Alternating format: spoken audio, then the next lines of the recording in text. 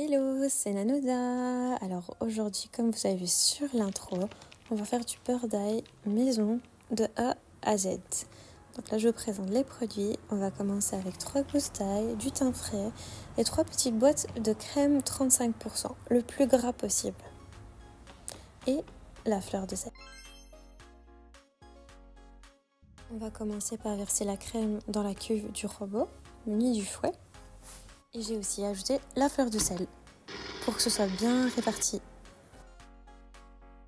Donc on va monter la crème en chantilly. J'ai dû mettre un livre pour que la caméra soit bien dans l'axe.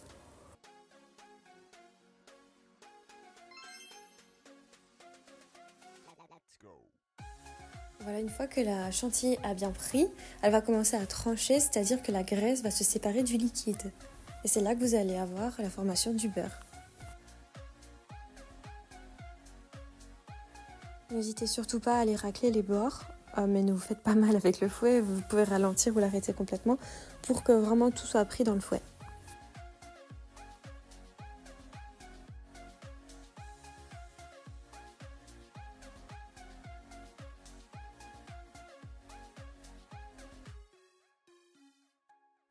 Et voilà, vous allez voir complètement le petit lait se séparer de la graisse. Et on va commencer par filtrer tout ça.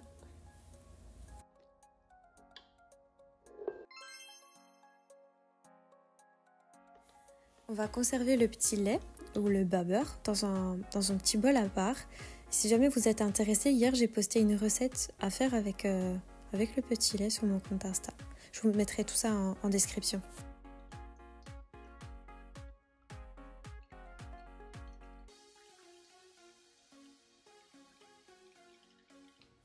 Une fois filtré, on va mettre le beurre dans un petit bol et on va commencer par éplucher les gousses d'ail. Et à ce propos, je vous réserve à la fin 2 petites astuces anti-gaspillage pour les épluchures d'ail et aussi pour les branches de thym.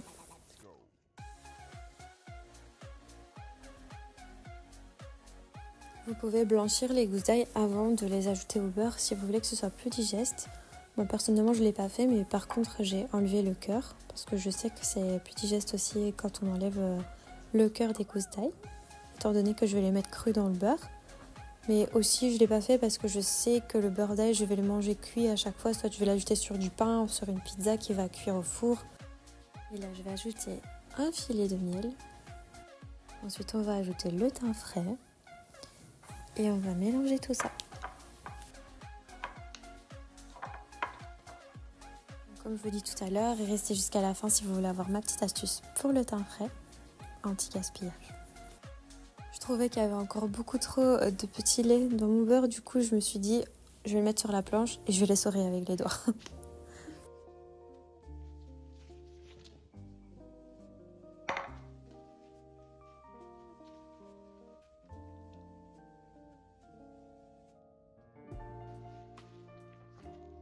C'est aussi bien de le faire à la main et bien éparpiller les gousses d'ail et les épices ainsi que le miel dans le beurre.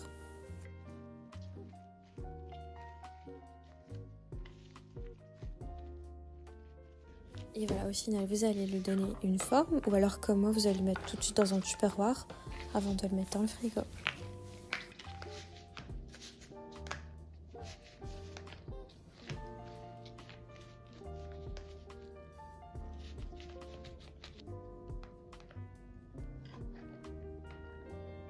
Et voilà, on va nettoyer le beurre avant de fermer le couvercle.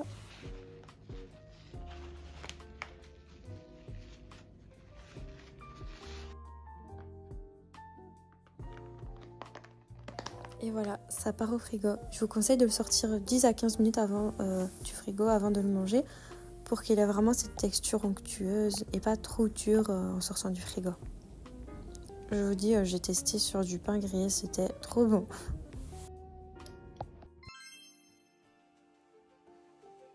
Et voilà, première astuce anti-gaspillage, on va commencer avec le thym que vous allez simplement infuser comme un thé. Le thym a des vertus antibactériennes, donc si jamais vous avez des problèmes intestinaux ou alors que vous avez un rhume, vous pouvez très bien boire un thé de thym Mais faites toujours attention que ce soit du thym bio. Vraiment sans traitement, sans insecticide, c'est l'idéal quoi. Parce que si c'est pour se choper des trucs encore en plus, c'est tombé. Hein. Et donc on peut ajouter soit du jus de citron ou du miel. Deuxième astuce, les gousses d'ail. Alors je ne l'ai pas fait ici parce que j'en avais encore, mais vous pouvez infuser les épluchures d'ail avec de l'eau tout simplement. C'est un anti-moisissure pour vos plantes, anti-champignons. Je l'ai testé et ça fonctionne. J'avais les terres qui commençaient à moisir. J'ai fait infuser un petit peu d'épluchures d'ail et de gousses d'ail. Et ça a fait partir mes moisissures. Par contre, je vous dis pas l'odeur chez vous après, mais bon... Mais pour que ce soit efficace, il faut d'abord retirer la moisissure et puis asperger vos terreaux du petit mélange. Et voilà, n'oubliez pas de me rejoindre sur Instagram si vous voulez la petite recette ou juste pour faire coucou quoi, parce que je suis beaucoup plus active, je poste pas mal de stories. Et voilà, si vous avez envie d'apprendre à me connaître un peu plus, je crois qu'Instagram c'est le bon réseau.